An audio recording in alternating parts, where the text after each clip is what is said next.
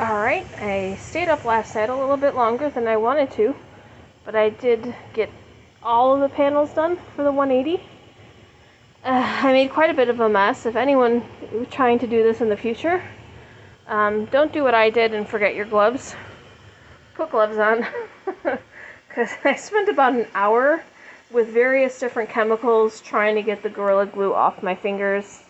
They had covered them just like gloves, along with the eco substrate mixture that I had made to cover the walls. But here's the final, well, here's this drying product. So this is the panel that's going to be going next to the waterfall.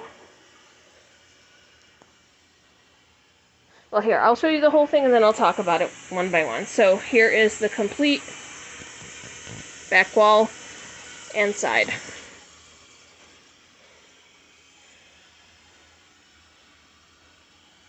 So starting from the left, since I'm left-handed, this is going to be going at the last section right before the waterfall. It is slightly shorter by about 3 or 4 inches than the rest of the panels because there's going to be a ramp here for my turtle to go into the water feature. So I'm going to be putting the more aquatic, water-loving plants on this side. So there's a hole here for a plant. There is you can see my hand fits right in here. A little divot, like a little pot here kind of for some other plants to go in.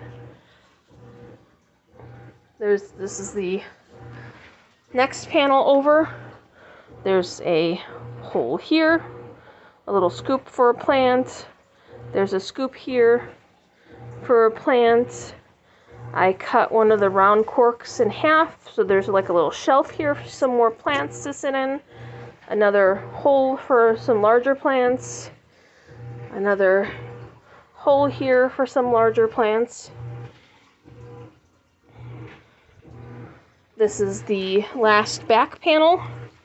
There is a hole here. I'm going to cover up the back of this with some landscape fabric / window screening to hold the dirt in. And then there's a hole here for a small plant. And this is the side panel. So it's going to be like this in the tank. And then in here is going to be a fern. Since my turtle loves to sit on plants and kill them, suffocate them. Usually turtles like to sit under plants. She likes to sit on them. So that is the final product. This is still damper than I'd like it to be, so I'm going to give it a couple days to thoroughly dry out. I did get some of the foam pop up, but that's okay. Like I said, this is going to be filled with dirt eventually for the plants, so that's not a big deal. I may have to trim up a little bit on the edges, but right now it doesn't look too bad. I mean, it did have a little bit of foam ooze out here, but it wasn't as bad as I thought it would be. I got worried for a second because the first panel I did, it didn't seem to activate as fast as in the videos, and silly me, they probably fast forward or cut out those parts to show from when they spray it to when it starts bubbling. But it did continuously rise, like Clint mentioned in his videos when he did this. So I constantly have to keep pushing down on this to make sure that it didn't rise up and away, and I constantly kept pushing down on this to make sure it was going to anchor in with the foam. I think it turned out pretty good. I am quite surprised. So I'm not at the point yet where I can pull this off because it's not dry yet. But once this is dry entirely, I will come back with a paintbrush and brush off as much of the background as I can, as whatever's loose enough to come off. I'm not going to be prying it off. I was surprised that I mixed the whole bucket full of this stuff, thinking that I was overdoing it, when I wound up only having nothing really left. So I'm glad I decided to overdo it than underdo it.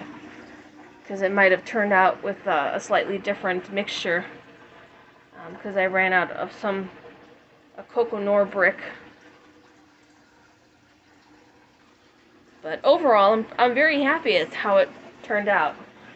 I do have a considerable amount of cork left over, so I might be using some of that for the ramp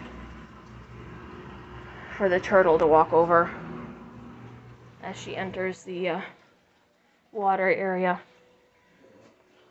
So